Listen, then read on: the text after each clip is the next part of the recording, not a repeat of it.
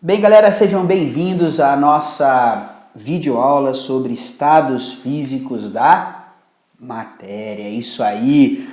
Muito bem, vamos dar uma revisadinha daquilo que a gente viu em classe.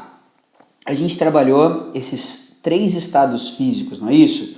O estado sólido, o estado líquido e o estado gasoso. Vamos lembrar? Qual deles tem a máxima união entre as partículas? Muito bem, o sólido. Qual deles tem a mínima união entre as partículas? Yes, o gasoso. Qual deles tem a mínima mobilidade? As partículas não saem do lugar, apenas uma movimentação local. O sólido. Qual deles a movimentação é máxima? As partículas mudam de local o tempo inteiro, elas não guardam posição. Muito bem, o gasoso. E o líquido, galera? O líquido nós vamos ter uma situação intermediária, né? Nem tão paradinho quanto o sólido, nem tão movimentado quanto o gasoso. No líquido as partículas já saem do lugar, já tem uma mobilidade permanente, mesmo num líquido que está há muito tempo sem ser movimentado, agitado, etc. Ali, internamente, as moléculas estão em movimento, beleza? Vamos lembrar de dois outros parâmetros importantes. Um parâmetro importante é a forma. A forma, dependendo do frasco onde a gente coloca, e o outro parâmetro importante é o volume. Tem um estado físico que adquire a forma do local que ele se encontra, do recipiente que ele se encontra, e ao mesmo tempo ele vai ocupar todo o espaço possível e permitido. Quem é esse estado físico? Ele adquire a forma do recipiente em que ele se encontra. Esses dois caras adquirem a forma do recipiente onde eles se encontram. Esses dois caras têm forma variável. Porém, é o gasoso que vai ter volume variável também, vai ocupar todo o espaço a ele destinado. Já o líquido, ele tem a forma variável, porém o volume fixo. Já o sólido, é característica do sólido ter ambos fixos. Tanto a forma dele não depende de onde a gente vai guardar, o recipiente onde ele se encontra, quanto também o seu volume é fixo. Muito bem. O que essa imagem, além dessa comparação entre os estados físicos, mostra pra gente é as transformações de um estado para outro, né? O que a gente tem aqui, por exemplo, é as transformações que envolvem aquecimento, transformações endotérmicas. Olha lá, fusão endotérmica, vaporização endotérmica. A gente tem aqui a sublimação endotérmica, né? Em compensação, a gente tem as transformações exotérmicas, onde envolve resfriamento, liquefação, condensação do gasoso para o líquido, solidificação do líquido para o sólido, a sublimação do gasoso para o líquido, do gasoso para o sólido, ou que a gente gosta mais de usar, né, nas nossas aulas, a ressublimação.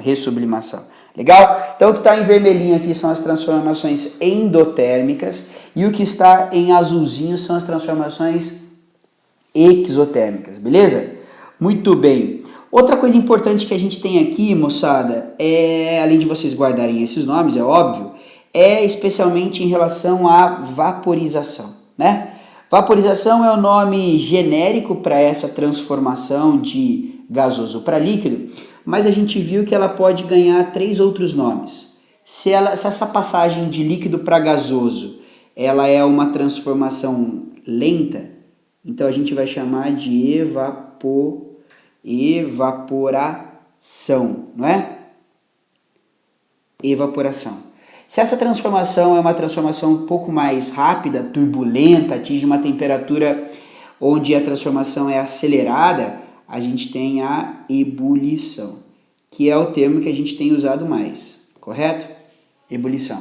E se essa transformação é muito, muito rápida, a gente vai ter aquilo que chamamos de calefação. Legal? Nós teremos a calefação. Beleza? Excelente. O que mais que a gente pode ver dos estados físicos? A gente pode ver também o aspecto gráfico. né? Veja que nesse gráfico a gente tem temperatura e tempo, né? E observa que a gente está começando com uma substância no estado sólido. No momento em que a temperatura dele para de movimentar, para de alterar, se mantém constante, a gente tem a fusão. Depois a gente só tem o líquido. E aí, novamente, quando a temperatura se mantém constante, novamente a gente vai ter a ebulição. Então aqui a gente tem a fusão e aqui a gente tem a ebulição, ou mais genericamente a vaporização. Beleza. Nesses dois pontos em que a temperatura não se altera, a gente vai ter o ponto de fusão e o ponto de ebulição. Note que esse daqui é um gráfico de aquecimento, a temperatura vai aumentando, embora a gente possa ter também o gráfico de resfriamento. Aí nós vamos ter um padrão similar a esse, só que para baixo, né? Só que para baixo. Então a gente tem isso aqui, algo assim, ó.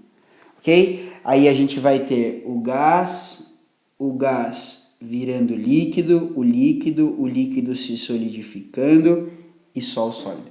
Então nós estamos falando do gráfico para cima, de um gráfico de transformações endotérmicas, e do gráfico para baixo nós estamos falando de transformações exotérmicas. Legal? Aqui embaixo a gente vê os tempos. Então veja, os tempos que duram o aquecimento, os tempos que duram a fusão, a ebulição. Note que cada substância vai ter esse padrãozão de gráfico, com dois patamares partindo do estado sólido e dois patamares para baixo, partindo do estado gasoso. O que muda de uma substância para outra são os valores do ponto de fusão e ebulição.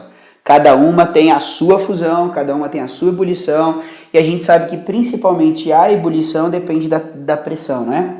O que a gente viu no laboratório? Quanto menor for a pressão atmosférica, menor é o ponto de ebulição. A gente fez uma comparação da água no nível do mar, na panela de pressão e até numa suposta fervura no Everest. Outro ponto, esse daqui é um gráfico de substância pura, de uma amostra pura. Eu tenho uma única substância, então, portanto, um único ponto de fusão para a amostra toda e um único ponto de ebulição. Então a gente tem aquilo que chamamos de patamares, né? A gente tem a temperatura se mantendo constante, a gente tem aí o calor latente, onde muda o estado físico, mas não muda a temperatura. Em compensação, nessas áreas inclinadas, onde a temperatura muda, a gente vai ter o quê? O calor sensível. Lembre-se que calor ou muda a temperatura ou muda o estado físico, né? O calor latente muda o estado físico, enquanto que o calor sensível muda a temperatura. Esse é o padrãozão para substâncias puras. Se a gente for analisar a mistura, se a gente for agora analisar uma amostra mistura, o que a gente vai ver vai ser esse gráfico. Nós não temos um ponto de fusão, o que a gente tem é uma faixa de fusão. Ela começa numa temperatura com uma substância, termina noutra temperatura com outra substância, legal? E a mesma coisa acontecendo com a ebulição. Como eu tenho mais de uma substância ali, eu tenho mais de um ponto de ebulição. Então, alguém entra em ebulição, sei lá, a 120 graus Celsius e outra alguém a 200 graus Celsius. Portanto, quando eu falo alguém, são tipos de substâncias. Portanto, a gente não tem um patamar onde todos fervem ou derretem, todos entram em fusão ou em ebulição na mesma temperatura. A gente tem temperaturas diferentes, portanto, não teremos o patamar, teremos essa típica construção inclinada do gráfico. Legal? Uma faixa de fusão, uma faixa de ebulição para misturas, mais de uma substância presente. E por fim, dos nossos estudos com estados físicos, vale uma revisãozinha em relação à temperatura ou ponto de fusão, temperatura ou ponto de ebulição, não é? O que a gente tem aqui é que, vamos supor, o galho, ele antes do 29,8 graus Celsius, ele é sólido. depois do 2403 ele é gasoso e entre essa temperatura ele é líquido. Legal? Vamos lembrar aquilo que a gente discutiu em aula, né? A gente tem aqui, ó, uma reta da temperatura. A gente vai ter o ponto de fusão primeiro, o ponto de ebulição depois. E aí a seguinte relação, né? Uma substância esteja numa temperatura abaixo da sua fusão, ela é sólida. Uma substância que está entre a sua fusão e a sua ebulição, ela está no estado líquido. Uma substância que está acima do seu ponto de ebulição, ela está no estado gasoso, né? Aqui a gente tem a mudança de um estado para o outro, e exatamente nesses pontos, e antes sólido, entre líquido e depois gasoso. Vamos pegar um exemplo aqui, vamos pegar a 35 graus Celsius esse exercício, esses exemplos. A 35 graus Celsius, em 35 graus Celsius, a gente tem o galho, 35 cai no meio, então ele é líquido, cai entre 29,8 e 2.403, então ele é líquido, o galho, ele derreteu, mas não ferveu. Em compensação, 35 graus é menor do que 39, então o rubídio ele é sólido. Legal? Se a gente trocar essa temperatura por outra, vamos pegar, por exemplo, 1000 graus Celsius. 1000 graus Celsius. Em 1000 graus Celsius, o que a gente vai ter? Em 1000 graus Celsius,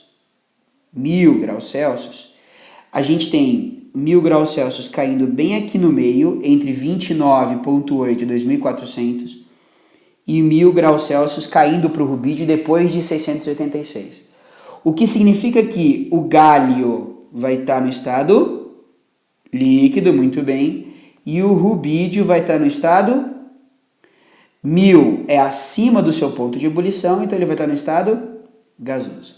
Legal? É isso aí, galera, uma revisãozinha sobre estados físicos, espero que vocês tenham gostado e até a próxima videoaula.